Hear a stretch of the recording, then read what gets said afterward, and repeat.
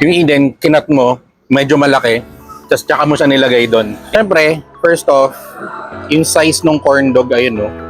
Ang bigat oh. Ang laki. Ito yung pinakamaayos sa chorizo na nakain ko. Malaman at malaman talaga. Kumusta guys? Welcome to another video. And today, andito na naman tayo sa second part natin dito sa may Valenzuela. And kung alam niyo or napanood niyo yung last na video ni Cab Stress, at lagay natin dito yung link. And kung napanood nyo ito, malamang alam niyo kung nasaan ako at dito sa may background natin. Of course, walang iba. Nandito tayo sa may Isa Snack na located dito sa may Malinta, Valenzuela. Katapat ito ng dating City Hall ng Valenzuela. So, andun yan sa likod ng dating City Hall.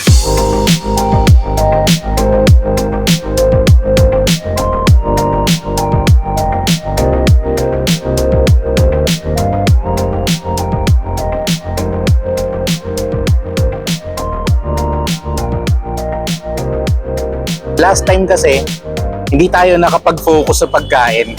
Hindi natin masyado na-enjoy kasi nagpapadali tayo gawa ng challenge. No? Ngayon, i-enjoy naman natin kung gaano kasarap yung mga pagkain na ino-offer ng Isa Snack. So, eto, meron tayong in-order na siomai rice. So, siomai rice nila, pwede kang naka-adobo rice or pwede kang naka-java rice. I'm not sure kung meron silang plain. Meron ba silang plain? Hindi ko wala yata eh. Pero yun yung madalas is naka-java rice or adobo rice. Tapos yung syempre yung siomai mo, pwedeng naka-fried or naka-steamed. Ayan. Order din tayo ng chorbalog. So ito yung chorbalog. Ito yung chorizo, yung chor.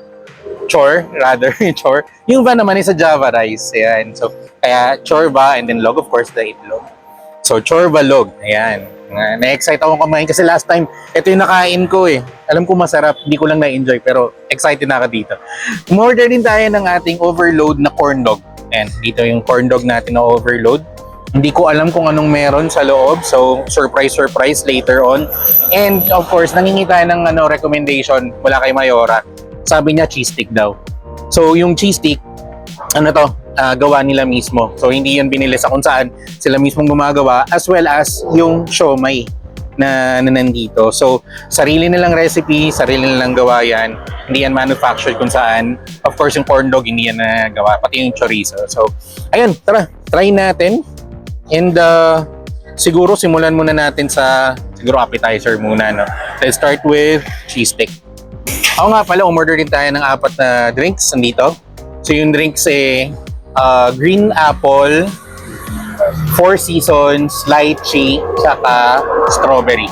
Last time kasi, umorder kami ng blue lemonade. Blue lemonade lang. So alam na namin yung lasa ng blue lemonade. Masarap din yon. And eto, try naman natin yung ibang flavor. So again, going back, dito tayo sa may cheese stick. Let's try this out. Cheese stick, cheers! Tayo.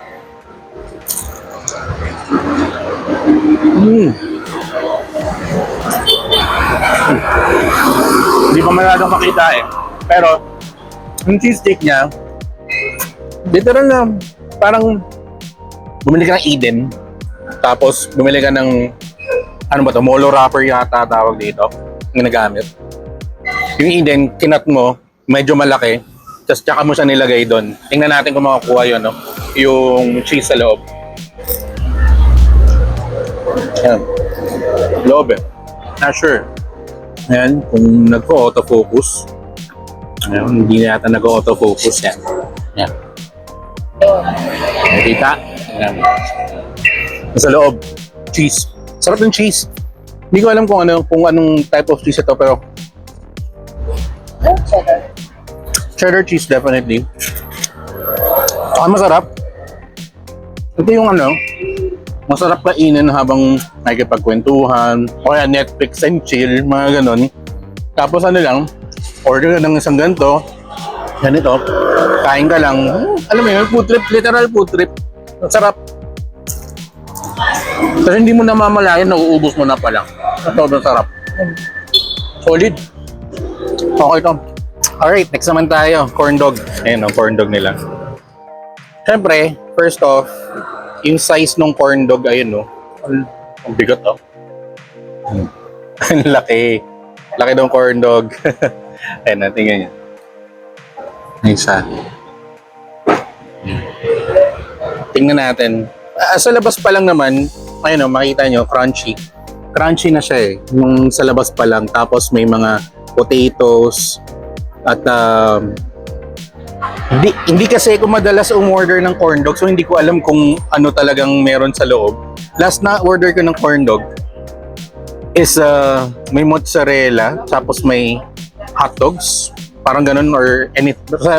Mozzarella yung kalahati. Pero ito, try natin. Cheers, corn dog.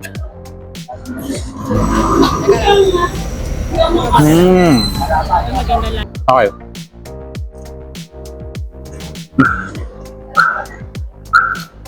Cheese. Inastaas.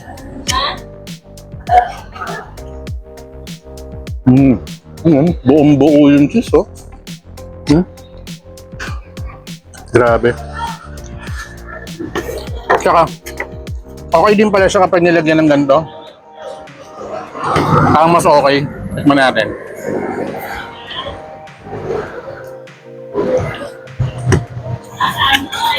Yan na.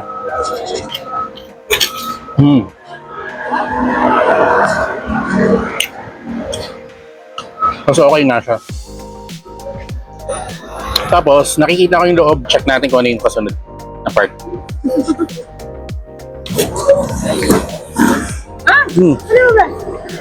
Ano ba? Hot dogs.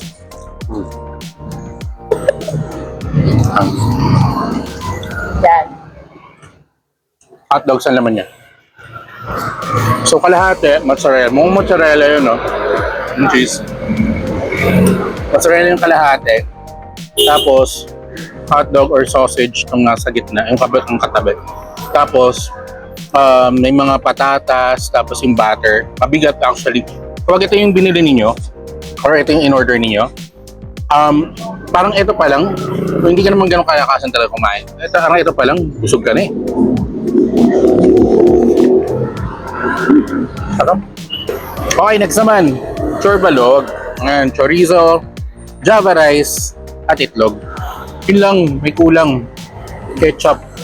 Lang, balikan ko kaya. Kuha lang akong ketchup. Yan, so nahingi ako ng sausawan sa loob. Huwag na daw ketchup, ito na lang. Namprik. Namprik guys, namprik. Namprik sauce. Sabi ko pa naman kagabi, ipe-prepare ko na yung namprik namin kasi masarap yung namprik na na sausawan dun sa sa chorbalog tsaka sa siomai. Ayun, kakamadali namin kanina. Hindi namin nadala.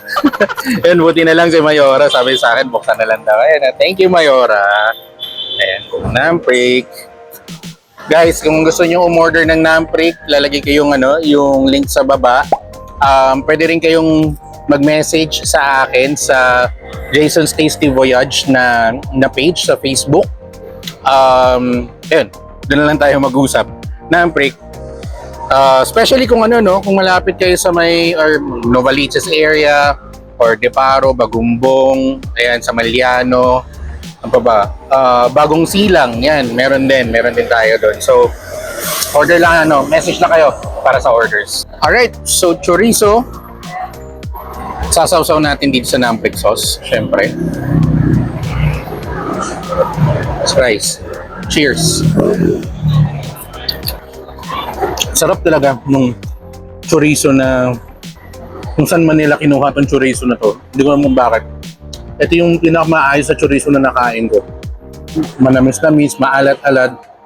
Tsaka, anong tawag dito? Yung savory. Yun, yung savory yung lasa. Tapos sabayan ng java rice. Tapos itlog. Okay yung java rice, gawin nyo. Salsahan nyo ng namprik, oh. Ayun. Solid. Bago tayo mag-siomai, medyo nauuhaw na ako. Dito muna tayo. Gilid ko lang konti kasi medyo nagbabasa na siya. Four Seasons and Four Seasons na drink.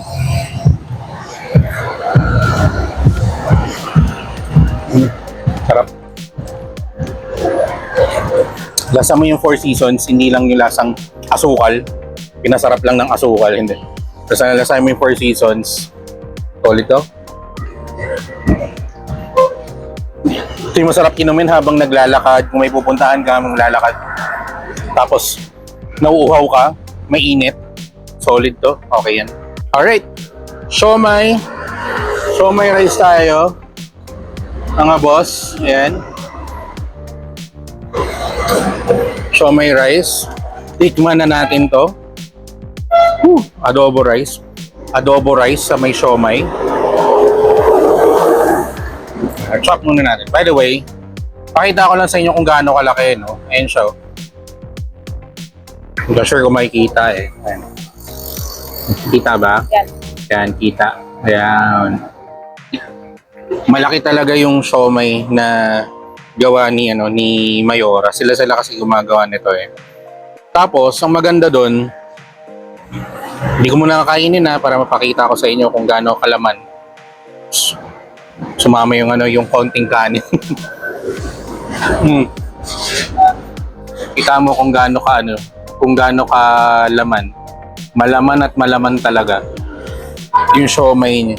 Hindi siya yung parang masabi lang na may laman, hindi. Yung siomai talaga is malaman. And syempre,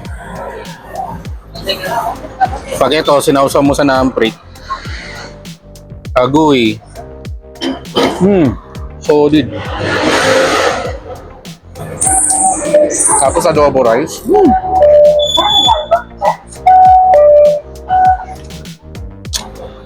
Oo nga pala guys, no?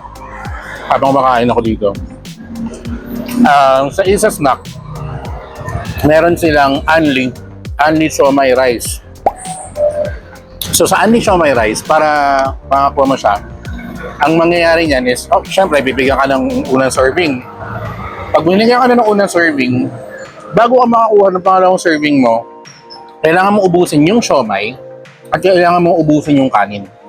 Hindi pwedeng ubusin mo lang yung siomai, hindi pwedeng ubusin mo lang yung kanin.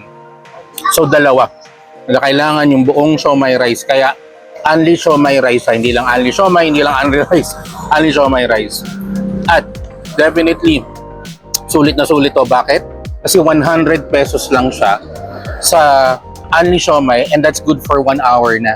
Hindi ka naman naabutin ng isang buong oras para kumain, di ba? Kasi definitely, dire-diretso ka nang kumain yan. So, isang buong oras, 100 piso lang para sa Anli siomai rice. Dati, nagbigay sila ng Anli siomai rice, pero ano lang siya, parang from 4 to 5 p.m. lang.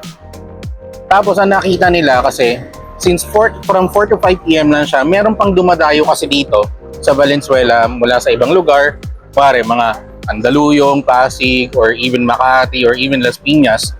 Ang nangyayari, pag pumupunta sila dito, nalalate na sila. So minsan madating sila 4:30, 4:45, hanggang alas 5 lang yun. So hindi nila nasusulit yung Anli siomai rice. So ang ginawa ni Mayor, nag-isip siya ng paraan para ma-enjoy ng lahat. So kapag pumunta ka dito at sinabi mo, Anli siomai rice po ang order ko, then you'll have 1 hour para i-enjoy at syempre pakabusog para sa siomai rice. So yun guys, siomai rice, tapos samahan nyo ng namprik. By the way, kung dito kayo kakain, merong mga namprik na available, pwede nyo siyang gamitin.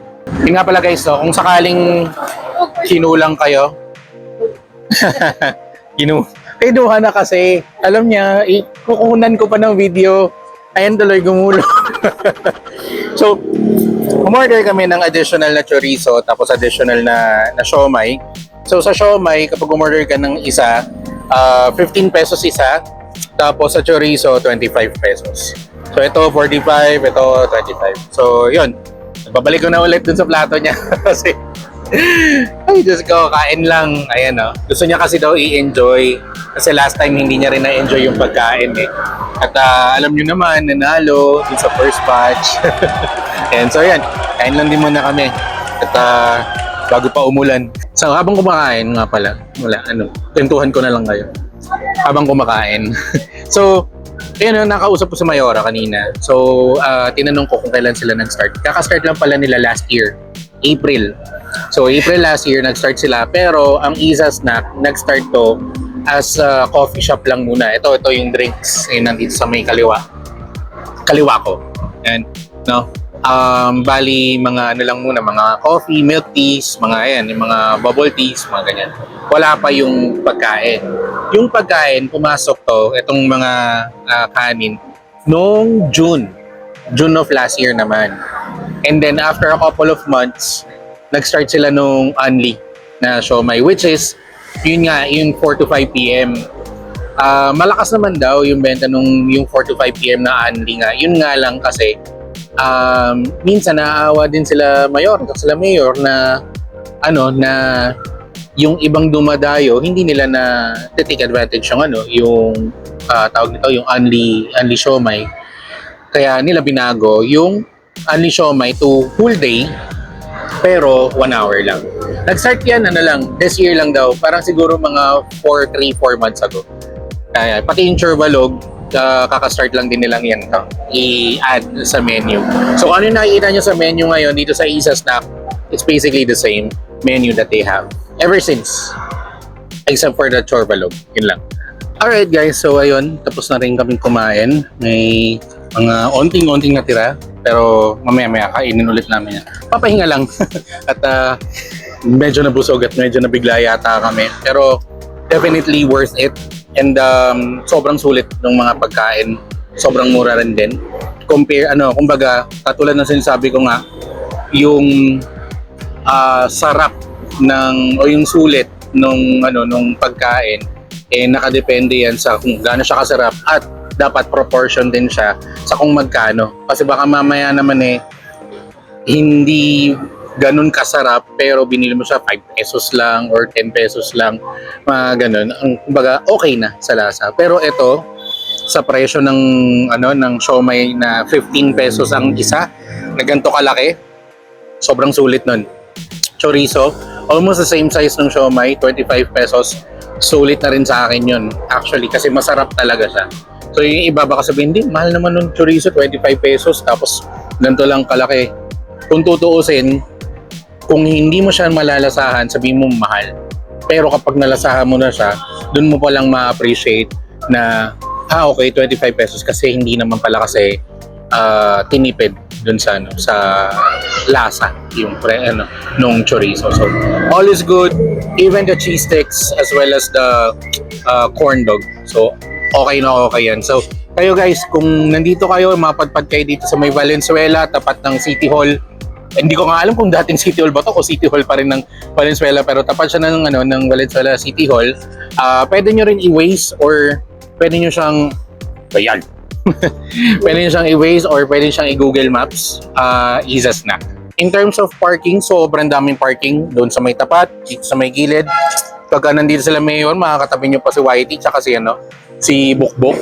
Kaya meron din namang mga basta marami ang parking dito, libre ang parking. Merong mga attendant, well, technically yung mga tumutulong sa pagpapark. Bigyan nyo na lang kung magkano, kung anong gusto nyo ibigay, kung magkano gusto nyo ibigay. O kung gusto nyo magbigay. Ayun. So ayun. So again, salamat sa panonood ng isa na namang video natin dito sa Jason Stacy Voyage. Baka baguhin ko yung name ng Jason. Well, hindi naman babaguhin yung name itself, no? Pero i-exam lang natin. I'm thinking of Jason's TV na lang. It's going to be like Jason's TV para at least may recall sa mga tao. Kasi pag tinatanong kami, sir, anong pangalan ng YouTube mo? Jason's Tasty Voyage. Jason's hindi nila masyadong nakukuha lahat. So, pero it's still gonna be the same, Jason's Tasty Voyage. I-exam natin yung Tasty Voyage to TV. Jason's TV na lang. Alright. No, so, plug ko na rin pala ang aming business na Shake and Bake. Ayan. Meron tayong Shake and Bake dito. Ito ibibigay natin kay Mayora. And dalawa to. Yung isa, alam kong magkakaroon naman ng follow-up vlogs ang Team Canlas at ang Mayor TV. So yung isa ay para sa Team Canlas naman. Bibigay natin. And so, ayun guys. Again, kung gusto nyong umorder ng freak, ilalagay ko yung link sa baba. Kung gusto nyong umorder ng mga sweets, desserts, pastries, Shake and Bake, and definitely thank you kay Mayora, thank you kay Mayor sa pag-aalaw sa amin sa pag-vlog dito sa Isa Snack. So again, thank you to everyone who watched this video. Again, this is Jason. See you in the next one. Peace out.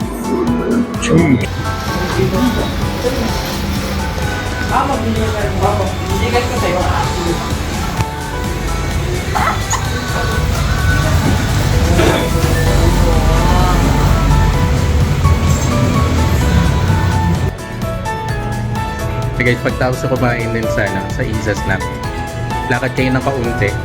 Dito na kayo magpahinga. Palamig kayo dito. Then, ice cream parlor. Ice cream house. I-order namin. Avocado frost. 1 pint, 115. Yan. Pagod yung camera woman ko. Tama.